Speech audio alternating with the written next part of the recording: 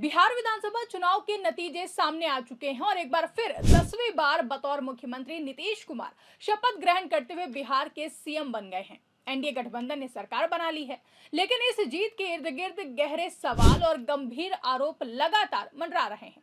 खासतौर पर मतदाता सूची से लाखों नामों को हटाने की प्रक्रिया पर ये सवाल उठ रहे हैं। पहले तो विपक्ष की ओर से कांग्रेस सांसद राहुल गांधी ही तमाम प्रेस कॉन्फ्रेंस करते हुए वोट चोरी के तमाम सबूत पेश करते नजर आए हैं, जहां राहुल गांधी ने बताया कि कैसे मुख्य चुनाव आयुक्त ज्ञानेश कुमार गुप्ता की मिलीभगत के चलते पहले हरियाणा और महाराष्ट्र के चुनावों में वोट चोरी की गई और फिर बिहार में एसआईआर के जरिए वोट चोरी की जा रही है। लेकिन अब विपक्ष के इन तमाम आरोपों के बाद द इंडियन एक्सप्रेस की एक सनसनीखेज रिपोर्ट ने इन नतीजों की विश्वसनीयता पर सीधा सवाल खड़ा कर दिया है और देश की राजनीति में भारी भूचाल ला दिया है। तो बिहार में सरकार बनाते ही बीजेपी और ज्ञानेश कुमार के खिलाफ द इंडियन एक्सप्रेस की रिपोर्ट में ऐसा क्या हुआ खुलासा, जिससे बिहार विधानसभा चुनाव में फिक्सिंग का हुआ भांडाफोड़, बताएंगे अपनी इस खास रिपोर्ट में। नमस्कार, आप देखना शुरू कर चुके 4 PM न्यूज नेटवर्क और मैं हूं आपके साथ आकांक्षा यादव।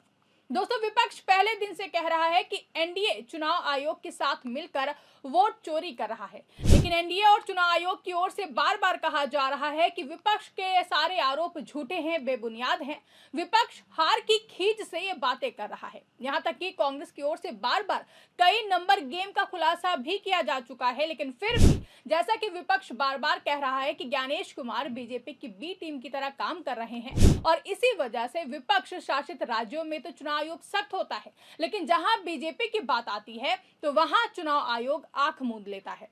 लेकिन अब मुख्य चुनाव आयुक्त ज्ञानेश कुमार के खिलाफ महाभियोग की तैयारी कर रहे इंडिया गठबंधन को अब कुछ ऐसा मिल गया है जिससे उसकी महाभियोग की तैयारी और भी ज्यादा पुख्ता हो सकती है। दरअसल बिहार चुनाव के नतीजों से जुड़े एक सनसनीखेज खुलासे ने देश की राजनीति में भूचाल ला दिया है।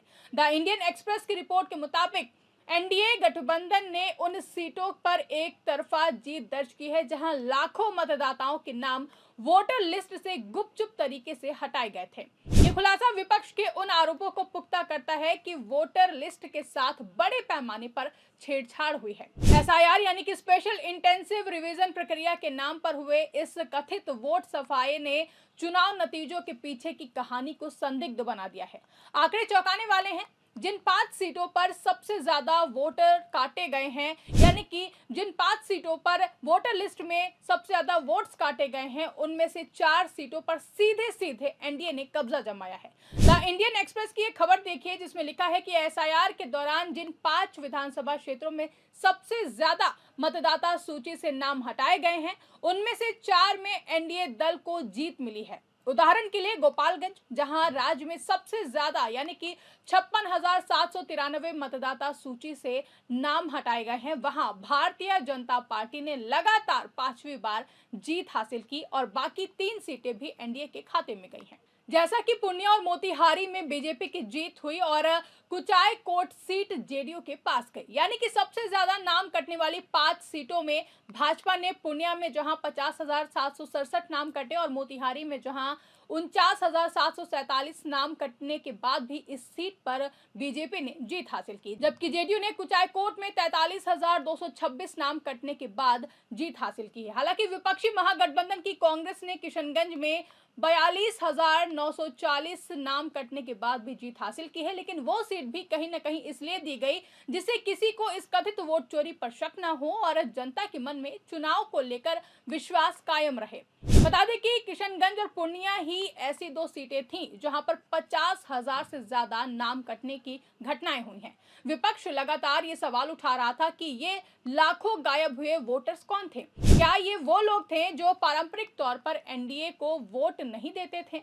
ये डेटा साफ तौर पर दिखाता है कि वोटर लिस्ट से नामों का हटाया जाना सीधे तौर पर एनडीए के चुनावी लाभ में फायदेमंद साबित हुआ है। दोस्तों, ये एक ऐसी स्थिति है जो चुनावी प्रक्रिया की निष्पक्षता पर गंभीर सवाल खड़े करती है। हालांकि विपक्षी इंडिया गठबंधन पहले से ही मुख्य चुनाव आयुक्त ज्ञानेश कुमार के खिलाफ महाभियोग की तैयारी कर रहा था। ऐसे में ये नया खुलासा उन्हें एक ठोस सबूत देने का काम करता है।